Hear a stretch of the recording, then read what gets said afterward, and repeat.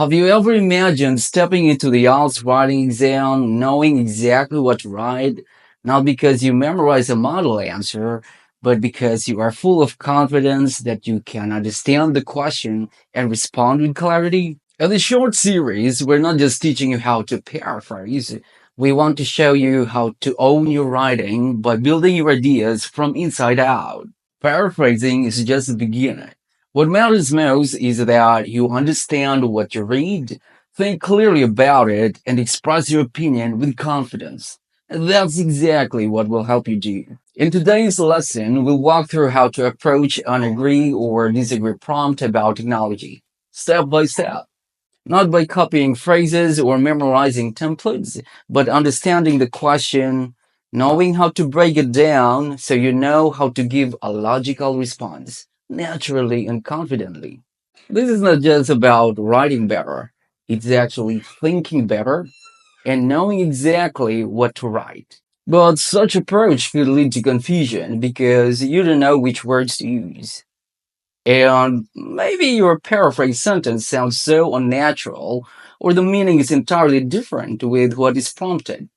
And ultimately, you'll be stressed because you don't know if you did it right. At Step Up, we believe that paraphrasing is not just rote memorization. It's actually following a clear roadmap and having the right mindset, both of which we provide you. So let's head straight to step one. You gotta understand that in every question, there is a topic. This is your main topic, and this one is the limitation. It means that this phrase describes the general topic. In other words, you cannot talk about other things that is not related to this, even if it's about technology. And another very important thing is you gotta check the question. Agree or disagree.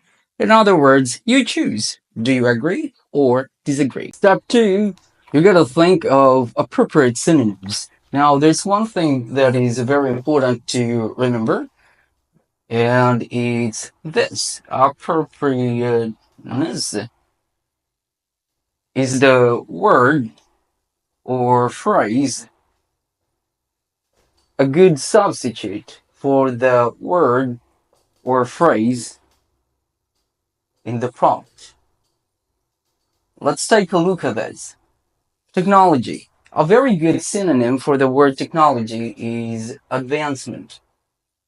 Now, it's not just any advancement. This one could mean like social advancement or what. So, we use another word, technological advancement. Now, that would be a good substitute for the word technology. So let's take a look at made life easier. Now, if you paraphrase this one word for word, this one would be like did, living, not hard. If you do it this way, then you're going down the wrong path. This is not something that you should do.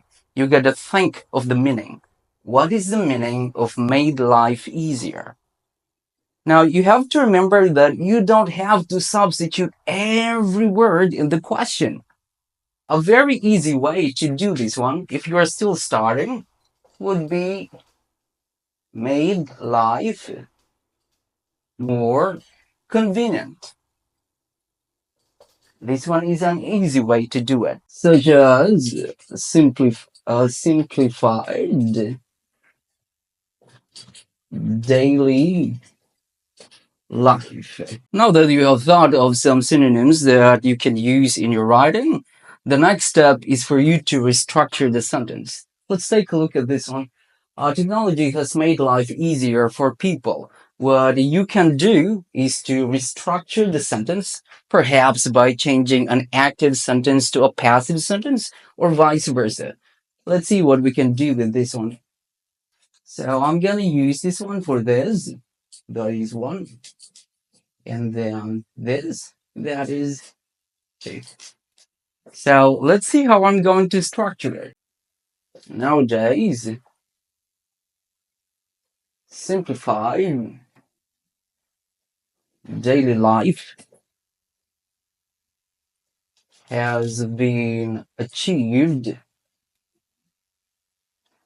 by many people, thanks to advancement, technological advancements. Let's take a look at it real quick.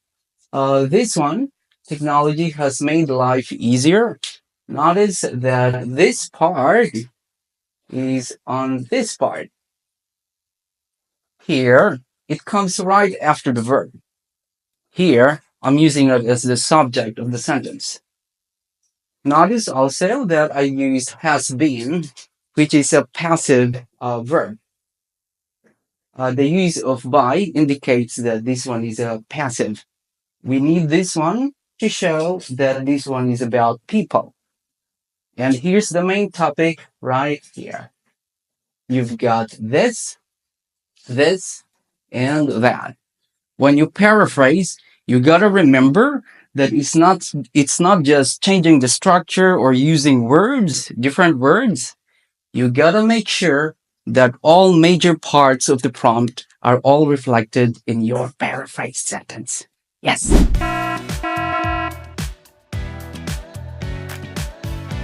And we're down to step 4, and that is checking the meaning of the paraphrased sentence. So if you want to check the meaning, you gotta remember to ask yourself, is it a valid restatement? A restatement. Now we know that it's a valid restatement first if the meaning reflects the original statement, the meaning of the original statement. So let's take a look at it. Technology has made life easier for people. Is the rephrased sentence about technology making life easier? Is it a yes or a no?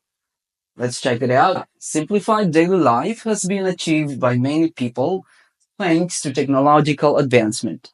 So as was shown earlier, all 3 major parts of the prompt are reflected well in the paraphrase sentence. Therefore, that makes it a valid restatement. Secondly, you gotta ask yourself, is it academic? Now, I wanna show something here. I'm gonna change it a little bit.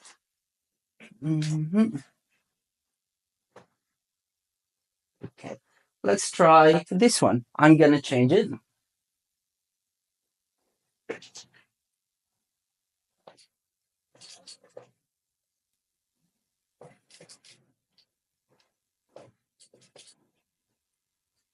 Okay, let's take a look at this phrase.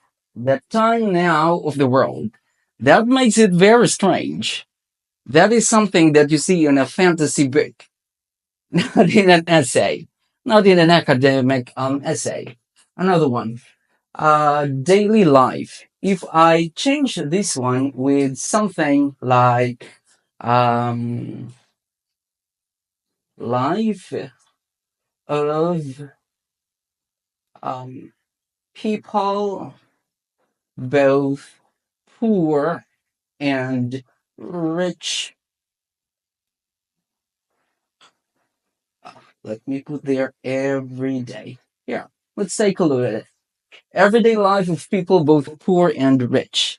Again, this one doesn't sound academic. That is not something that we want to use in our essay. We've been there, we've trained teachers, we've helped students progress from 5.0 to 7.0. If you're ready to move past the fear, the guesswork, and the frustration, and start walking into the test confidently, this is where it begins. Join our next IELTS course to know the step-by-step process that helped many students get the band score that they want.